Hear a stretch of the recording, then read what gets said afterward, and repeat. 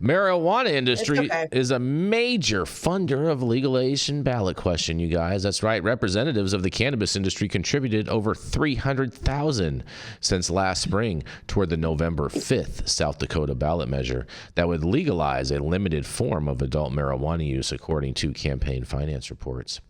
Meanwhile, the anti-marijuana side, more than 100 people gave individual donations totaling more than $370,000, you guys.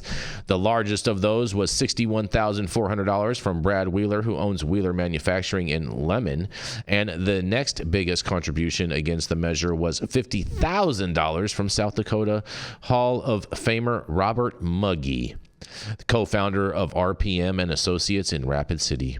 There are no limits on contributions to ballot question committees, and initiated Measure 29 would legalize possession, use, and free distribution of up to 2 ounces of marijuana to adults 21 and older. It's one of 7 statewide ballot questions under consideration by South Dakotans, and in all, about $915,000 was raised for and against the marijuana measure, with $458,000 on the pro side and $457,000 on the con side. The Yes on 29 ballot committee took in $436,000 and spent $217,000 since May, according to its most recent campaign finance reports, and about $300,000 of the contributions came from the marijuana industry. The largest contribution was $100,000 from GL Partners Incorporated in Rapid City, a medical marijuana dispensary business. And South Dakota voters approved medical marijuana back in 2020 ahead of the June primary election, and GL Partners gave another $100,000 to the committee back then. Trevor Sidney and Gib Moyle of Rapid City gave a combined $100,100, and the family owns the Moyle Petroleum Company. Committee Chair Brad Jurgensen's Home Slice Media Company donated $50,000 in marketing work and $5,000 in cash. The Marijuana Policy Project, a national nonprofit that supports pot legalization, gave $37,000, and a California company that makes maps showing where to buy weed legally gave $30,000. Is that Weed Maps? Is that Weed Maps? I don't know. That's I don't know. Oh man, that's funny. The group also took in $15,000 from South Dakotans for better marijuana laws and a ballot question committee that was organized to support a failed 2022 ballot question to legalize adult use cannabis. A similarly named committee supporting IM29, South Dakotans for Better Marijuana Laws Incorporated, spent $64,570 of the $82,000 it took since May, and its largest single contribution of $60,000 came from the Yes on 29 ballot committee. The group also received $10,000 from a dispensary business, High Hills LLC, and an anti-marijuana group, the Protecting SD Kids Ballot Question Committee, pulled in over $457,000 and spent $371,000. Besides the more than $370,000 in individual contributions, $71,000 came from 8 South Dakota companies and organizations, including $25,000 apiece from First Premier Bank of Sioux Falls. It stopped playing. And Prestige Auto Sales in Spearfish. And the group issued a press release on Wednesday announcing it had raised a total of $550,000, including more recent fundraising that wasn't included in the group's October 21st report.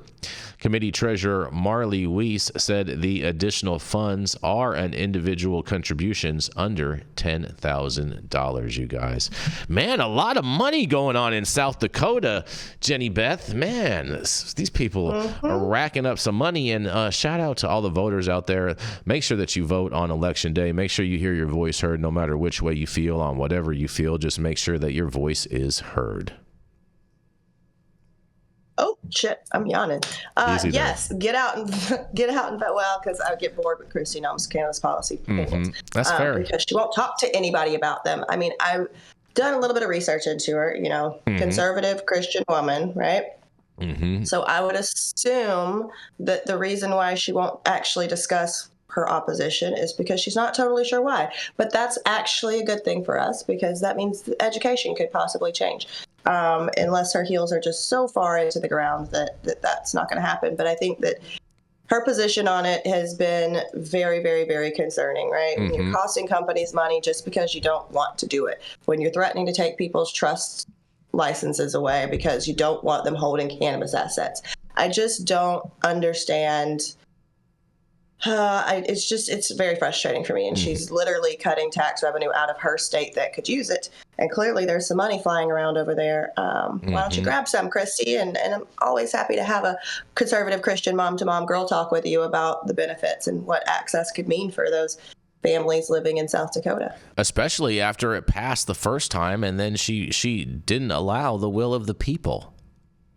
Right, which seems in an elected position like something you might not want to do. But that's just very un-Republican, I would say. It's very un-Republican, and I think that it's very frustrating, and it should make her constituents very concerned. Fair enough. I'm with you on that, Jenny Beth. You know what else I'm concerned about, Jason? What's that? I got this package the other day with a very lovely note in it telling me how much they enjoyed me and all the rest of the cast of Hyatt 9 News, and I'm concerned with how Family's Best makes that jerky taste so good. Because it is good. Make sure you check them out. It's delicious. Yes, Family's Best Jerky. Yes.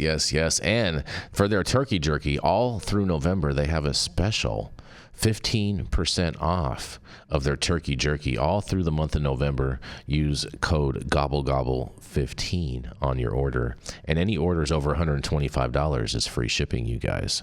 So oh boy, yes. I like the habanero one. I really, it's got a good spice to it. Really? I love that. I like the spice. I love it. We know you love spice. Girl. That is for sure.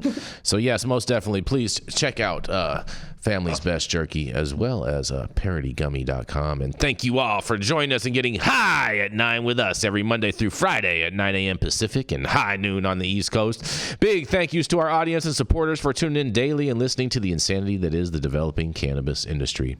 Huge thank you to Catalyst for helping us keeping the lights on over here. And thank you to our correspondents for being absolutely amazing.